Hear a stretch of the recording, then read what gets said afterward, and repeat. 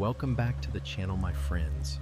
Take a deep breath, clear your mind, and let the modern world fade away. Tonight, we are stepping into a time machine, but we aren't visiting the glorious romanticized version of history. Oh no. We are going Hold him straight still, to do the not let him move! Roman Empire. Imagine waking up in your cozy apartment in downtown Rome. It's 45 AD. The sun is shining, the Mediterranean breeze is crisp, but you have a massive problem, a deep throbbing, soul-crushing toothache. In the 21st century, this is a minor inconvenience. You open an app, you get a reminder, you sit in a chair while a dentist blasts soft jazz and pumps you full of local numbing gel. But in ancient Rome, you are about to face the ultimate boss battle. There are no sterile gloves. There is no anesthesia. And your local doctor didn't go to medical school. He basically learned his trade by hacking off limbs on the bloody battlefields of Gaul. And now he's treating your mouth like a combat zone. You walk down to the Forum, past the majestic marble columns, and find his clinic, which is literally just a wooden bench on a chaotic street corner. A crowd gathers around you, because back then, your agonizing dental extraction wasn't private medical history, it was free public entertainment. The doctor wipes his bloody hands on a stained tunic, grabs a pair of heavy iron pliers that look like they belong to a blacksmith, and tells you to open wide. If you try to scream, his two burly assistants will pin you down like a rebellious gladiator. It turns out, the cure in the ancient world was infinitely more terrifying than the actual disease. Tonight, we are pulling back the glorious marble curtain to expose the horrifying, deeply unhygienic reality of surviving a standard medical procedure in ancient Rome. So get comfortable, lean back into your pillows, and let's dive into the ultimate historical vibe check. Let us slowly unwrap the leather kit of a Roman medicus, a passo. The first thing you notice is that nothing here looks like it belongs in a hospital. Everything looks like it was stolen directly from a medieval torture dungeon or a very aggressive blacksmith's workshop. In the Roman Empire, the medical profession was completely unregulated. There were no medical boards, no licensing exams, and absolutely no background checks. Literally anyone could wake up, call themselves a medicus, and start hacking away at paying customers. It was the ultimate fake it till you make it career choice. Look closely at these tools. Notice the absolute lack of plastic, rubber, or chrome. Everything is made of heavy, unforgiving bronze or crude iron. These tools were designed to survive the harsh conditions of military campaigns, not to make you feel comfortable. The most common item in a Roman doctor's bag was the volsella, which are essentially heavy-duty tweezers. But these weren't for plucking eyebrows. They were used for pulling shattered bone fragments out of open flesh wounds. Imagine having a splinter, but the splinter is a sharp piece of your own femur, and the tool used to fish it out looks like something you'd use to flip charcoal on a backyard grill. Next up, we have the scalper, the ancient Roman scalpel. It had a razor-sharp iron blade on one end and a flat, leaf-shaped handle on the other. The doctors would use the sharp end to slice through your skin with zero hesitation. And then they would flip the tool around and use the blunt handle to aggressively pry your muscles apart. It's like using a butter knife to separate layers of a very stubborn, living cake. The level of pain this caused is honestly hard to comprehend, because remember, there is no local anesthesia, no numbing cream, and no laughing gas. If you passed out from the agony, they just viewed that as a convenient, temporary form of sedation. But the true crown jewel of the toolkit of terror was the terebra, the bone drill. This was a hand-operated drill used for trepanation, which is a fancy medical term for drilling a literal hole directly into your skull. If you had a severe headache, a traumatic brain injury, or if you were just acting a little too strange, The medicus would cheerfully decide that you had trapped pressure or bad spirits inside your head. They would place the man tip against your bare skull and begin manually twisting the wooden handle.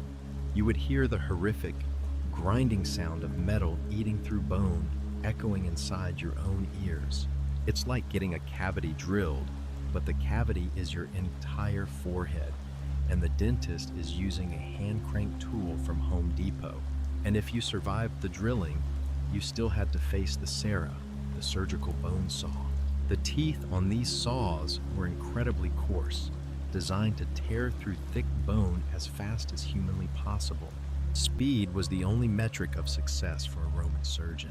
If a doctor could amputate a leg in under 60 seconds, he was considered an absolute rock star. They didn't care about clean cuts, they cared about beating the clock, because every extra second on the table meant a higher chance of the patient dying from pure, unadulterated shock. It was a terrifying race against time, where the prize for winning was a lifetime of walking with a wooden peg leg. Now, let us talk about the demographic behind these terrifying procedures. Most doctors in Rome were actually Greek immigrants or educated slaves. The upper-class Romans viewed manual medicine as a dirty, low-status trade. They were perfectly happy to let foreigners handle the bloody, messy reality of bodily fluids. This created a deeply cynical relationship between doctors and the Roman public. The famous Roman writer Pliny the Elder openly warned people to stay far away from physicians. He famously wrote that medicine was the only art where a man could kill another man with total impunity. If a doctor accidentally sliced your main artery, he didn't get sued for malpractice. He just blamed your bad humors and collected his fee. It was the ultimate gig economy, but with a body count.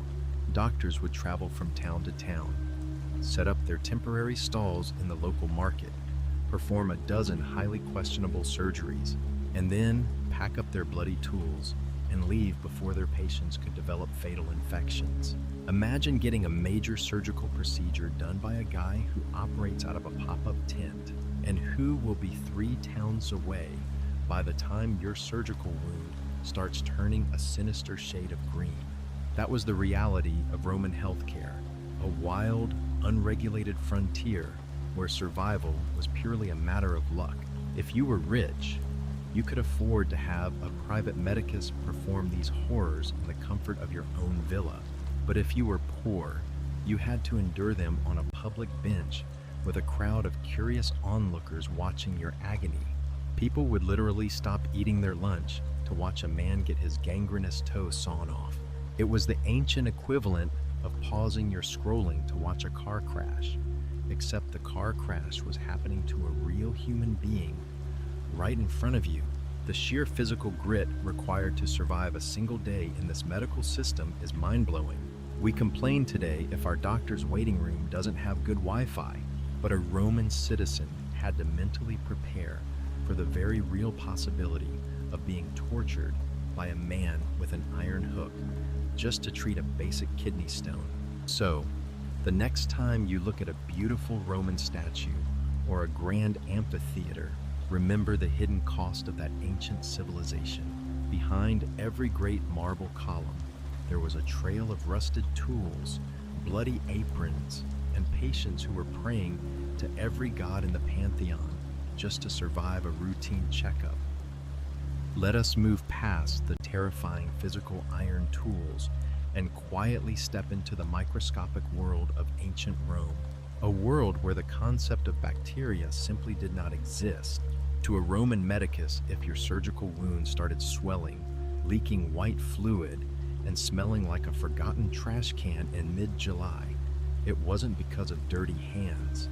Oh no, they believed your humors were just throwing a temper tantrum, or perhaps the goddess Phoebus was having a bad day.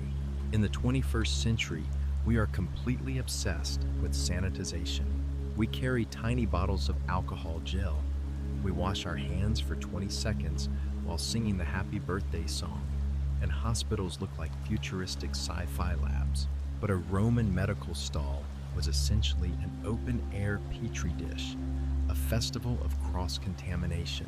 The doctor would use the exact same bone saw on a dirty gladiator, a filthy canal cleaner, and then on your open wound without even wiping it down.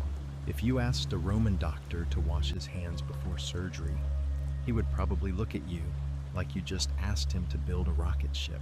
To them, dried blood on an apron wasn't a biohazard. It was a sign of professional experience. It was the ancient version of wearing a vintage designer jacket. The more stains you had, the more clout you possessed in the forum.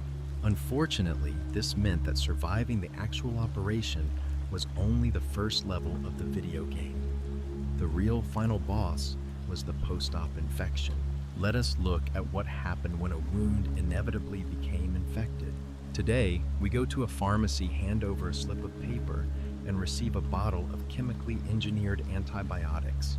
In ancient Rome, their version of a pharmacy was basically a spice rack mixed with a literal zoo. If your surgical incision started glowing a bright, angry red, the medicus wouldn't reach for penicillin. He would reach for a jar of fresh goat feces. Yes, you heard that correctly. Actual animal poop was a premium top-tier medical treatment. They would mix the dung with old wine or vinegar to create a thick, foul-smelling paste. Then they would smear it directly into your open raw flesh, right where the blood vessels were exposed. It was the ultimate historical irony, trying to cure a bacterial infection by introducing billions of new aggressive bacteria straight from a goat's digestive tract. They called this a cataplasm, but in modern terms, it was essentially a biological weapon disguised as ointment. The logic was that the heat of the manure would draw out the cold of the disease. In reality, the only thing it drew out was a fast pass to the afterlife. If you survived a wound covered in goat dung, your immune system didn't just deserve a medal, it deserved its own military triumph through the streets of Rome. But the medical creativity did not stop at the farmyard. If goat dung wasn't available, the medicus might prescribe a soothing rinse of stale-aged human urine. They believed that urine had powerful cleansing properties, especially if it came from someone who drank a lot of unwatered wine. Imagine waking up from a brutal bone-scraping surgery, only to have a stranger pour old pee directly into your open skin. It makes our modern complaints about the taste of liquid cherry Tylenol seem incredibly soft. We complain if our pills are too large to swallow comfortably. Romans had to mentally prepare to have their open flesh basted like a Thanksgiving turkey, using ingredients collected from the floor of a public latrine. And yet, this was considered cutting-edge high society healthcare, the absolute peak of Western civilization at the time. Let us look at another favorite ingredient of the Roman medical elite: rusted iron flakes scraped off old nails. They would grind the rust into a fine powder and sprinkle it into bleeding wounds to stop the flow. While iron can technically cause blood to clot, it also comes with a very special hidden bonus prize, a little neurological condition we like to call tetanus. So if the unwashed brass scalpel didn't give you lockjaw and the goat poop didn't give you sepsis, the rusty nail powder was there to finish the job. It was a healthcare system designed like a multi-layered trap, where every single exit route led straight to a funeral pyre. The sheer probability of dying from a minor scratch was so high that writing your will was a standard prerequisite before getting a splinter removed. You didn't just sign a consent form, you literally handed over your estate to your cousin extraneous. For those who preferred a more plant-based approach, there was always boiled cabbage. The famous Roman statesman Cato the Elder believed that cabbage was a literal, magical cheat code for the human body. He wrote entire essays claiming that mashed cabbage could cure everything from joint dislocation to cancerous tumors. If a Roman soldier got his arm sliced open by a Germanic broadsword, Cato's legitimate medical advice was to strap a wet piece of cabbage to it and hope for the best. It is the ancient equivalent of your mom telling you to rub some essential oils on a broken leg or putting a damp paper towel on a severed artery. The absolute contrast between the majestic grandeur of Roman architecture and the utter absurdity of their medical science. Wild. They could build a massive, mathematically perfect aqueduct that spanned 50 miles across mountains, but if they got a pimple on their nose, their best scientists genuinely thought the solution was to rub it with the ash of a burned lizard. They were playing a high-stakes game of survival roulette every single day. If you had a strong stomach and an iron constitution, your body might successfully fight off the literal mountain of bacteria the doctor introduced. If not, you became another statistic in the city's crowded necropolis, and the medicus would simply wipe his hands on his tunic pocket, your silver denarii, and wait for the next unsuspecting customer to walk by.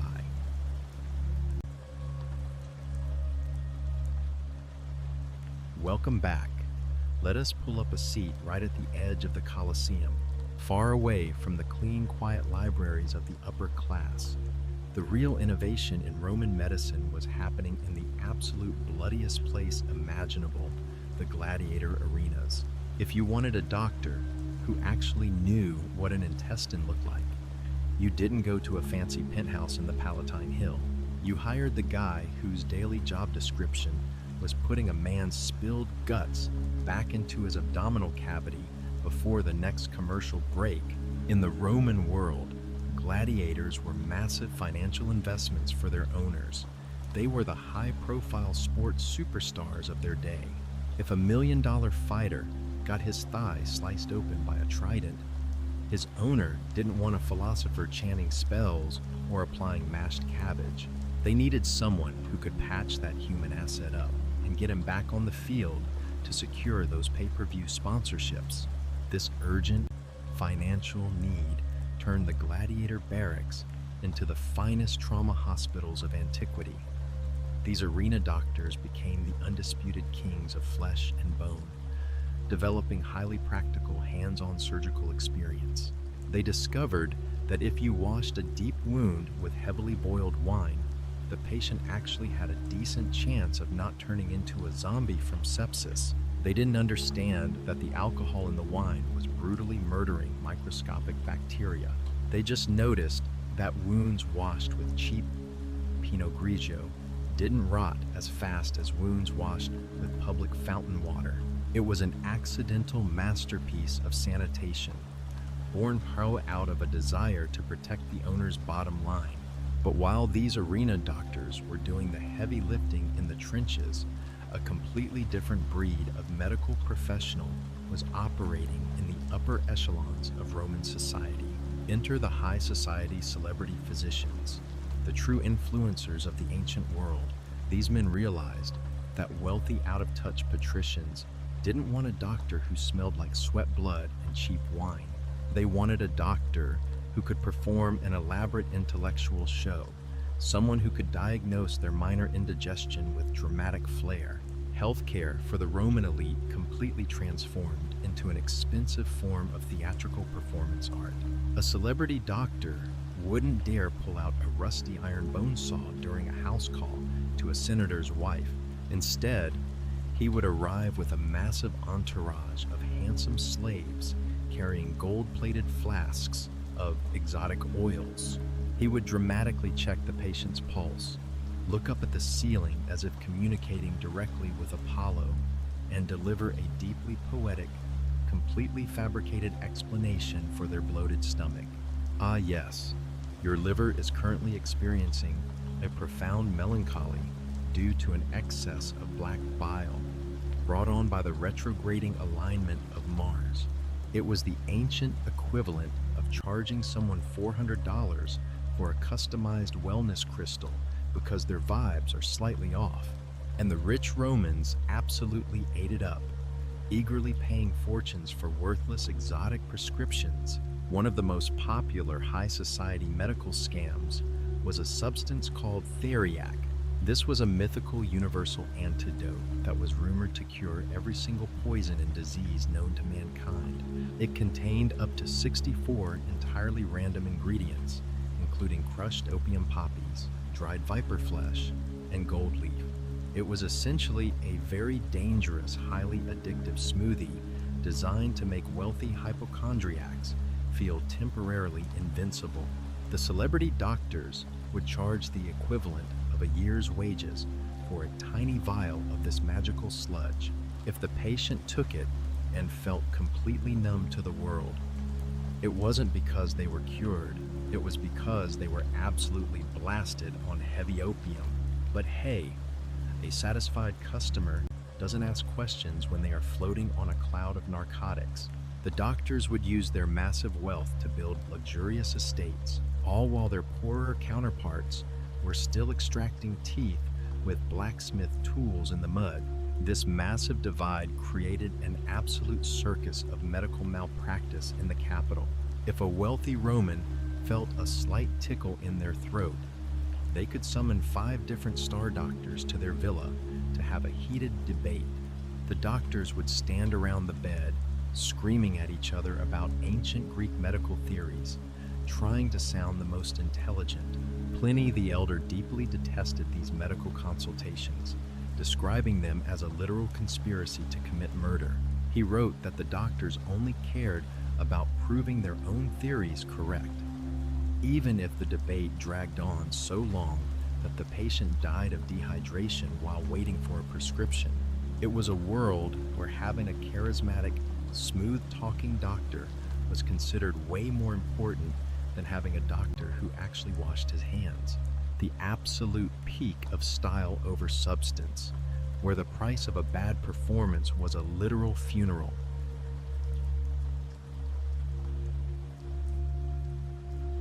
Case study: the golden hands of Galen of Pergamon. Let us travel away from the chaotic street corners of Rome and head east to the sunny intellectual city of Pergamon. It is the year 129 AD, and a boy named Galen has just been born into an incredibly wealthy, high society family. His father, Nikon, was a brilliant architect who was deeply obsessed with geometry, mathematics, and logic. Nikon had a vivid dream one night where Asclepius, the literal god of healing, personally ordered him to make his son a doctor. In the ancient world, when a god gives you career advice in a dream, you don't look for a second opinion on LinkedIn. So young Galen was immediately enrolled in the most expensive elite medical schools across the Mediterranean. He spent his 20s studying philosophy in Alexandria, the Harvard of the ancient world. But despite his fancy education, when Galen finally graduated and returned home, he had a massive problem. He was an overeducated academic with zero practical experience, a classic case of all theory and no game. He knew everything about ancient Greek poetry and balancing abstract bodily humors, but he had never actually seen the inside of a living, bleeding human being. He was essentially a modern medical student who graduated top of his class via Zoom University, but had never even held a stethoscope. To make matters worse, the local medical market was already completely oversaturated. The senior doctors in Pergamon did not want this arrogant, wealthy young kid stealing their high-paying aristocratic clients. They gatekept the industry hard, leaving Galen with absolutely no options. He went from being the golden child of a wealthy architect to an unemployed medical graduate living in his dad's basement. But then Galen got his big break, the ultimate entry-level job from hell.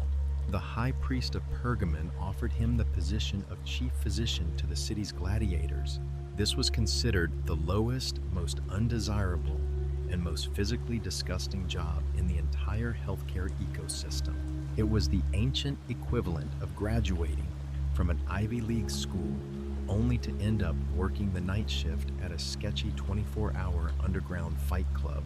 The previous doctor had just been fired because too many high-value gladiators were dying under his care.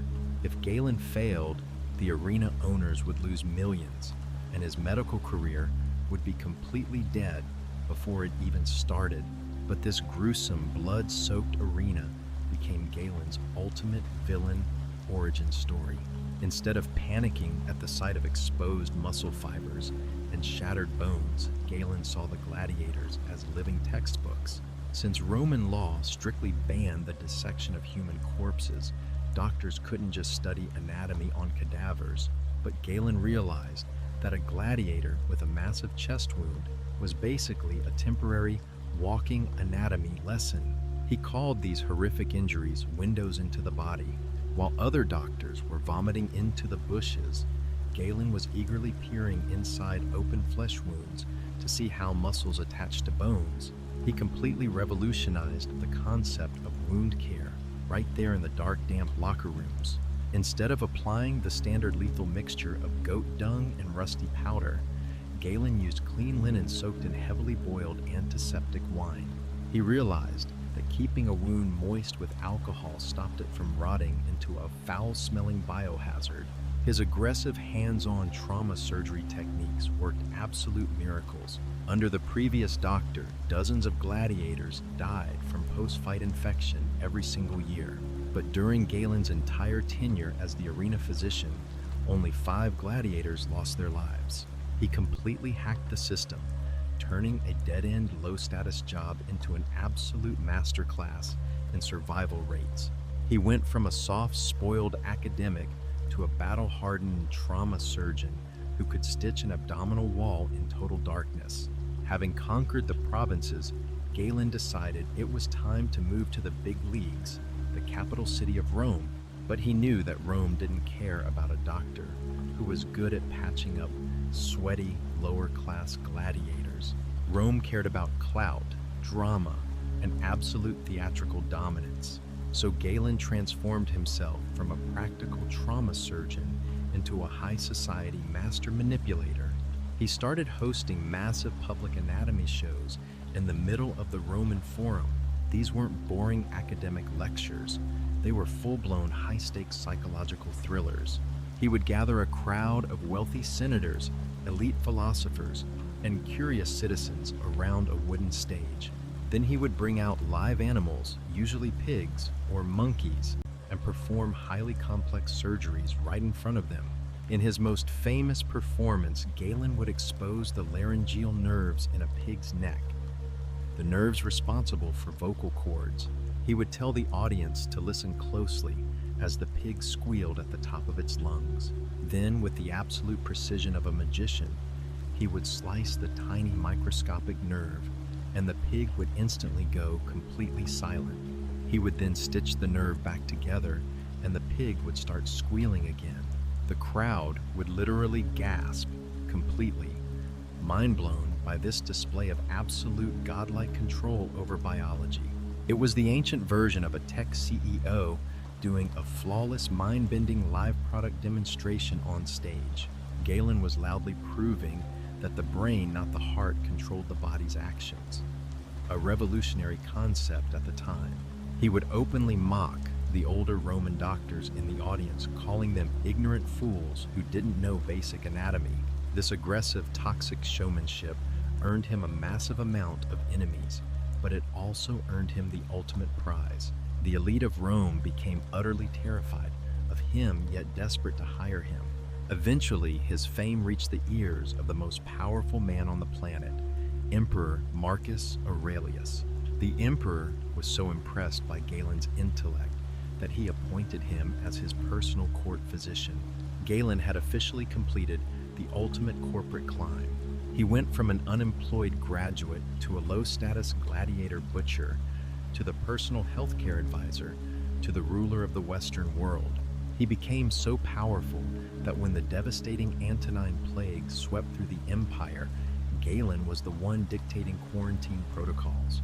He spent the rest of his life writing hundreds of medical treatises, establishing a system of anatomy that would dominate Europe for the next 1,500 years. His word became absolute medical law. If Galen said a vein connected to a certain muscle, no doctor dared to question it for centuries. Even when his theories were completely wrong, like his belief that the liver produced all human blood, his authority was so massive that nobody looked closer. He was the ultimate self-made medical superstar, a man who used the absolute horror of the gladiator pits to launch himself into immortal history. So, we have traveled a long, bloody, and deeply unhygienic road tonight. We started in the chaotic streets of the Roman Forum, dodging untrained doctors who treated human bodies like blacksmith projects. We looked into the absolute horror of the surgical toolkit, where bone drills and rusty saws were the standard vibe check for a common headache. And we even discovered the ultimate medical plot twist, that a poultice of fresh goat feces and stale urine was considered premium 5-star healthcare. It is easy for us sitting in our comfortable air-conditioned 21st century rooms to look back at ancient Rome and laugh. We scroll through TikTok, complain about a 3-minute wait at the pharmacy, and view these historical facts as a bizarre, dark comedy. But if you strip away the comedy and look past the ridiculous, unregulated scams, you find something incredibly profound. You find an absolute, undeniable testament to the sheer resilience of the human spirit. Those ancient citizens didn't have antibiotics, they didn't have germ theory, and they certainly didn't have local anesthesia. Every single day was a high-stakes game of survival roulette, where a simple paper cut could legitimately mean game over. Yet they didn't crawl into a corner and give up. They built an empire that conquered the known world. They engineered roads that still exist today. And they faced the absolute terror of their own medical system with pure, unadulterated grit. They were humans just like us, terrified of pain, desperate to survive, and clinging to hope even when that hope was a wet piece of mashed cabbage strapped to a broken leg. And out of that chaotic, trial-by-fire environment, real progress was accidentally born. Because of the brutal injuries in the gladiator arenas, pioneers like Galen began to map the human body, unlocking the very first secrets of anatomy. They were clumsily fumbling around in the dark, so that centuries later, modern science could finally turn on the lights. We are connected to those ancient Romans by a single unbreakable thread: the basic human desire to heal, to survive, and to look out for one another. Our modern medical world, with its sterile gloves, laser surgeries, and targeted antibiotics, was paid for in the blood, sweat, and tears of those who had to endure the toolkit of terror. So as you slowly drift off to sleep tonight, take comfort in the world you live in. Appreciate the quiet safety of your room, the clean water in your tap, and the fact that no one is going to drill a hole in your skull because you have a bad migraine. You are safe, you are protected, and the terrifying medical Wild West of the ancient world is safely locked away in the pages of history. Thank you for wandering through the shadows of the past with me tonight. If you enjoyed this deep, sarcastic, and slightly grotesque dive into history, don't forget to hit that subscribe button, leave a comment, and smash the like button to keep the algorithm gods happy. But for now, close your eyes, let your muscles completely relax, and breathe in the beautifully sterile air of the modern world. Sleep well, my friends, and sweet dreams.